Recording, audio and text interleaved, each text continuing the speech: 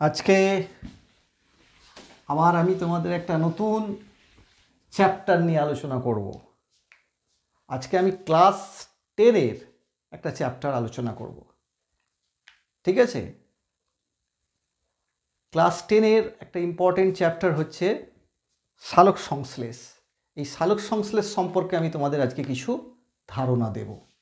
সালোক সংশ্লেষ কি, সালোক সংশ্লেষের জন্য কি লাগে, কিভাবে হয়, এতে আমাদের উপকারিতা কি আছে, এই সম্পর্কে আমি কিছু বলবো। তোমরা শোনো মন দিয়ে। সালোক সংশ্লেষ বলতে গেলে যে সালোক সংশ্লেষ মেনলি কারা করে সবুজ উদ্ভিদরা করে। সালোক সংশ্লেষ কারা করে? সবুজ উদ্ভিদরা। তাই তাদের কি বলা হচ্ছে? স্বভোজী। এই স্বভোজী উপর খাদ্যের জন্যে সমস্ত জীবকুল প্রত্যক্ষভাবে বা পরোক্ষভাবে নির্ভর করে থাকে। তারা কি তাহলে? পরভোজী। আমরা কি? পরভোজী। আমরা কি খাবার তৈরি করতে পারি? বলতে পারো হ্যাঁ আমার মা তো রান্না করে, খাবার তো আমরা নিজেরাই। না, গাছ মেনলি খাবার তৈরি করে। সেই খাবার থেকে আমরা বিভিন্ন ধরনের আমাদের খাবার জন্য সুস্বাদু জিনিস তৈরি করে থাকি। তাহলে গাছই হচ্ছে একমাত্র স্বভোজী, আর সমস্ত জীবকুল হলো পরভোজী। ঠিক আছে, এবার সালোক সংশ্লেষ কাকে বলে? কাকে বলে? স্ব-আলোক সংশ্লেষ, মানে আলোর উপস্থিতিতে কোনো সংশ্লেষ। তাহলে সালোক সংশ্লেষ কাকে বলে বলবে? ধরো একটা গাছ,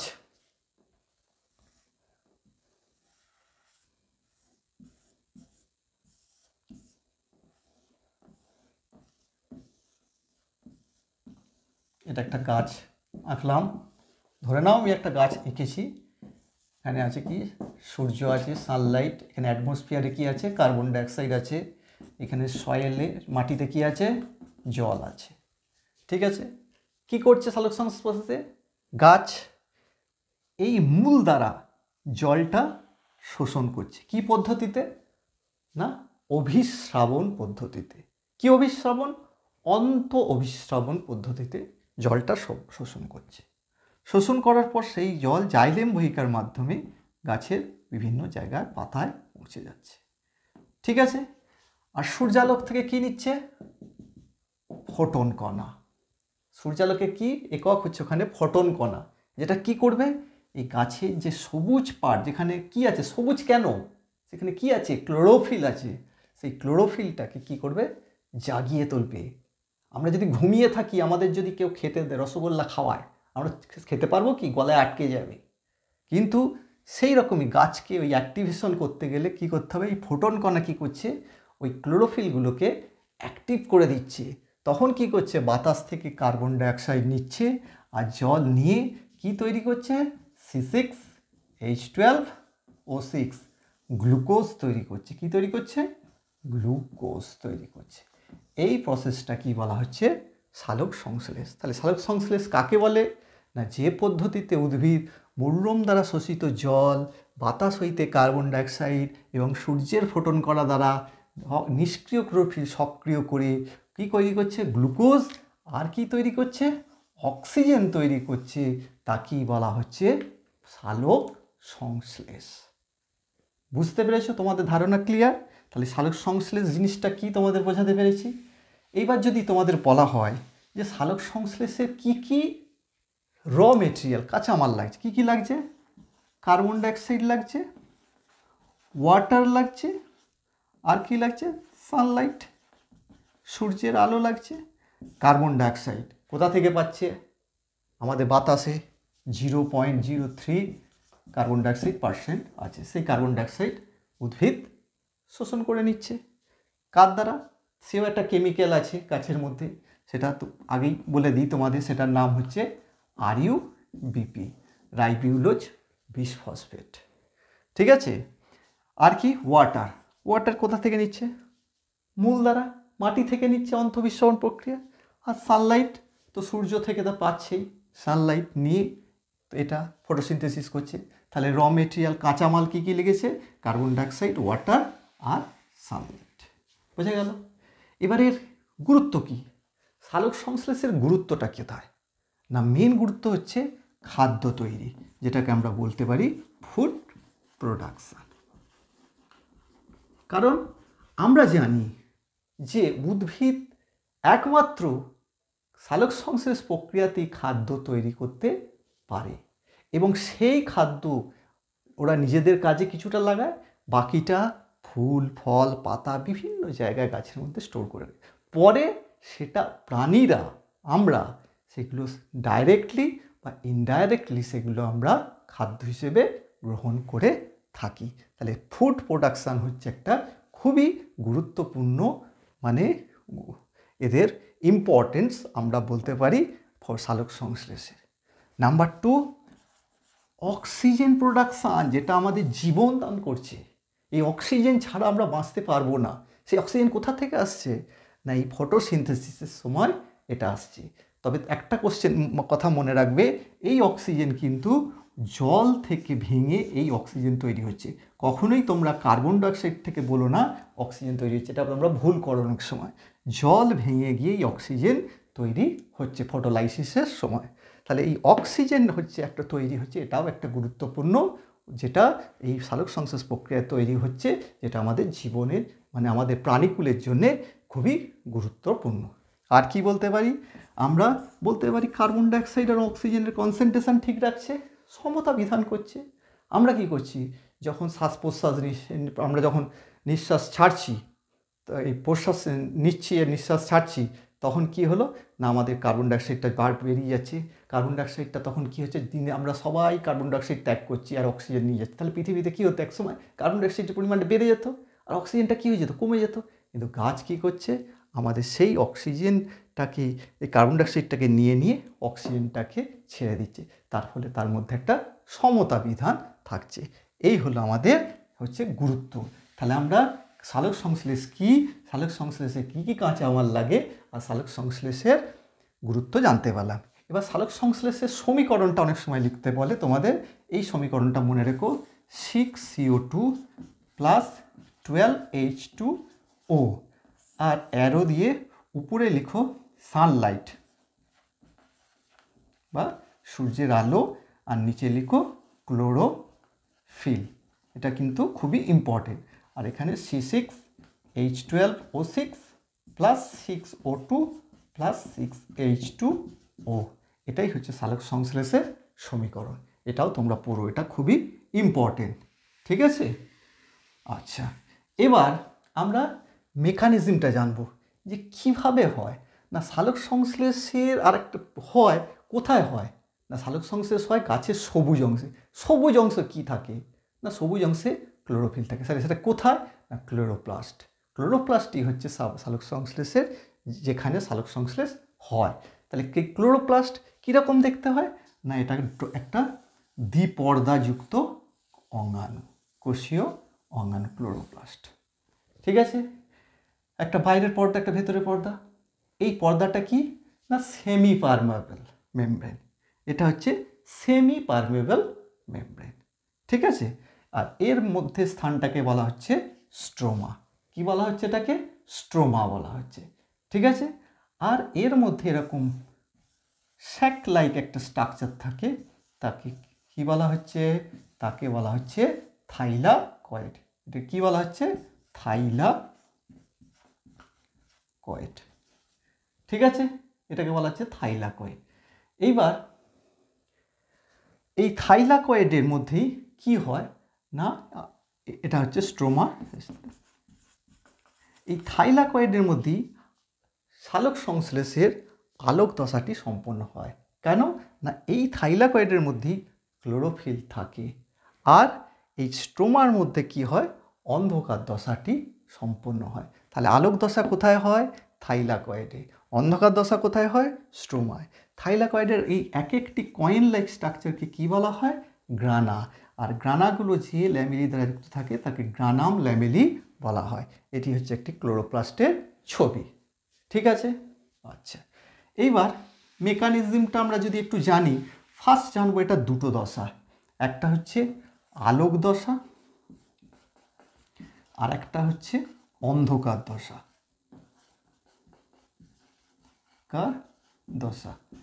আলোক দশায় কি হয় না আলোক দশা কোথায় হয় গ্রানায় হয় অন্ধকার দশা কোথায় হয় স্ট্রোমায় হয় আলোক দশার জন্য কি আলো লাগে কিন্তু অন্ধকার দশার জন্য কোনো আলো লাগে না তার মানে এই নয় যে অন্ধকার দশা রাত্রিবেলা হয় এটা তোমরা ভুল করো আলোক দশা হচ্ছে লাইট ইন্ডিপেন্ডেন্ট দশা একটা ওখানে আলোর কোনো প্রয়োজন হয় না অন্ধকার দশা আলোক দশায় আলোর প্রয়োজন হয় কিন্তু অন্ধকার দশায় কোনো আলোর প্রয়োজন হয় না আলোক দশায় কি হয় প্রথম হচ্ছে অ্যাক্টিভেশন অফ ক্লোরোফিল মানে ক্লোরোফিলের সক্রিয়করণ কি বলা হয় ক্লোরোফিলের সক্রিয়করণ ক্লোরোফিলটা নিষ্ক্রিয় থাকে সেই নিষ্ক্রিয় ক্লোরোফিল সূর্যের ফোটন কণা দ্বারা সক্রিয় ক্লোরোফিলে প্রথমে পরিণত হবে তারপর কি হবে ফটোলাইসিস এতে কি হয় না যে মূল দ্বারা যে জলটা নেয় শোষণ করে সেই জল এই কি হয় না হাইড্রাইড ও হাইড্রক্সিল আয়নে ভেঙে যায় H+H2O এটা ভেঙে গিয়ে H+ আর OH- ভেঙে যায় একে বলা হয় ফটোলাইসিস এটা কে দেখেছিল বৈজ্ঞানিক হিল দেখেছিল বলে একে হিল বিক্রিয়াও বলা হয় ফটোলাইসিসকে হিল বিক্রিয়া বলা হয় 3 নম্বর কি না ফটোফসফোরাইলেশন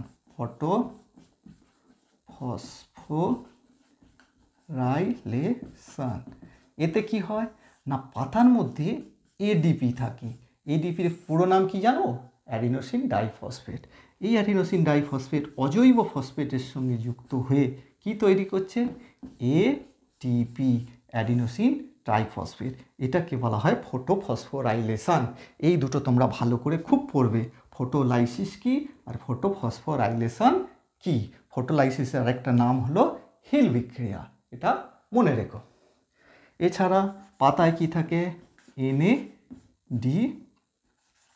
এনএডিপি এই এনএডিপি এই হাইড্রোজেন আয়নের সঙ্গে যুক্ত হয়ে কি তৈরি করে NADPH তৈরি করে একে বলা হয় হিল রিএজেন্ট হিল বিকারক এই ঘটনাগুলো কিন্তু আলোক দশায় ঘটে ঠিক আছে তোমরা বুঝেছো তাহলে আলোক দশায় কি কি হয় মেনলি এই দুটোর উপর তোমরা গুরুত্ব দেবে এই দুটো তোমাদের কোশ্চেনে অনেক সময় আসে এবার হচ্ছে অন্ধকার দশা অন্ধকার দশায় কে বলা হয় আরেকটা নাম হচ্ছে ব্ল্যাকম্যান রিয়াকশান ঠিক আছে ব্ল্যাকম্যানের বিক্রিয়া কেন না এটা ব্ল্যাকম্যান এটা দেখেছিল এখানে মেন হচ্ছে অন্ধকার দশা হচ্ছে RUBP রাইবিউলোজ বিসফসফেট এটা কি না এটা হচ্ছে কার্বন ডাইঅক্সাইড শোষণ করার ক্ষমতা আছে এই কম্পোনেন্টটা এ কী করে এই কার্বন ডাইঅক্সাইডকে শোষণ করে কার সাহায্যে না রুবিস্কো বলে একটা এনজাইম আছে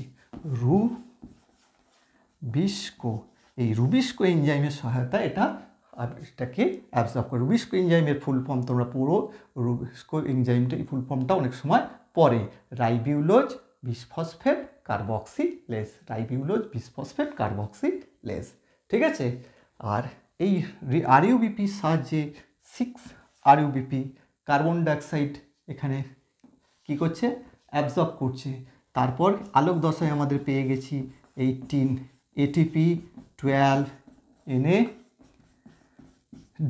12 NADP এগুলো পেয়ে গেছি তাই তো আর কি পেয়েছি আমরা 12H+ পেয়েছি এগুলো দিয়ে কি তৈরি হবে না তৈরি হবে এগেন 6-RUBP দেখছো এটা আবার RUBP থেকে আমরা RUBP পাচ্ছি কেন পাচ্ছি না পেলে কি হতো না RUBP যদি না পেতাম তাহলে কার্বন ডাইঅক্সাইডকে অ্যাবজর্ব করার ক্ষমতার কারো থাকতো না তাহলে কি হতো ফটোসিনথেসিস প্রসেসটা বন্ধ হয়ে যেত তাই এখানে আবার RUBP তৈরি হচ্ছে এটা একটা সাইক্লিক অর্ডারে ঘটে থাকে এছাড়া এখানে তৈরি হয় C6H12O6 plus 18 ATP plus 12 NADP plus 12 NADPH plus 12 NADPH and NADPH plus 6H2O 6H2O